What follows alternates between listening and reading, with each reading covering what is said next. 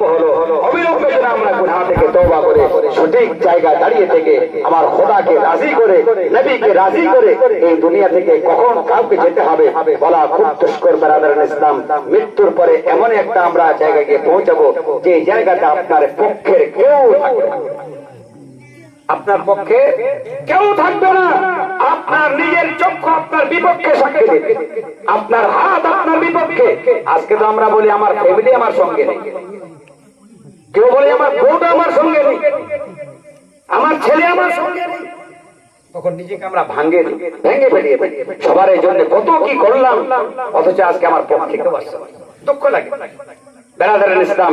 কিন্তু আমি আপনি যখন কবরে চলে যাব, সেই কবরে পৌঁছার পরে আপনার নিজস্ব শরীরের হাত, আপনার শরীরের আঙ্গুল, আপনার শরীরের চক্ষু, আপনার শরীরের মুখ, আপনার শরীরের মাথা, প্রত্যেকটা শরীরের অঙ্গ সেই ফেরেশতাদের সামনে আপনার হয় বিপক্ষে সাক্ষী দেবে।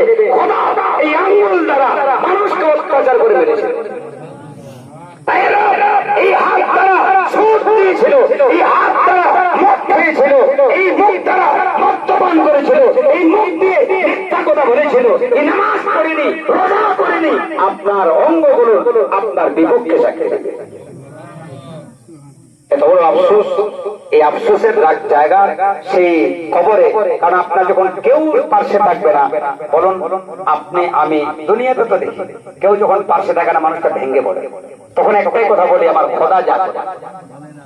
কিন্তু কবরে যাওয়ার পরে আপনি কথাটা বললেও আর কাজে লাগবে না। আপনি যদি বলেন যে এখন খোদা যা করবে, খোদা যা করবে আপনাকে যা কিছু করবে দুনিয়াতে, আপনি মারা যাওয়ার পরে খোদাকে হাদিস পাকে এসেছে একজন ব্যক্তি একবার নয় 1000 বছর ধরে আল্লাহ পাককে ডাকছে, 1000 বছর ধরে, আল্লাহ আমাকে এই আযাব থেকে মুক্ত করো, আল্লাহ আমাকে জাহান্নামের কষ্ট থেকে মুক্ত দাও।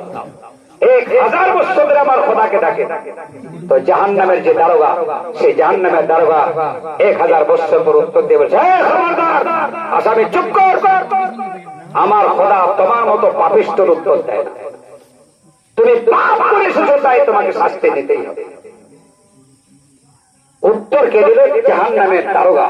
আমার খোদা কিন্তু কোনো তার উত্তর দেই নেই। এই হাদিস পাকে এসেছে। মুসলমান তাই আপনাকে সবাইকে আমি বলবো, মৃত্যু আমাদের অনিবার্য, আসবে। কোন সময় আসবে কেউ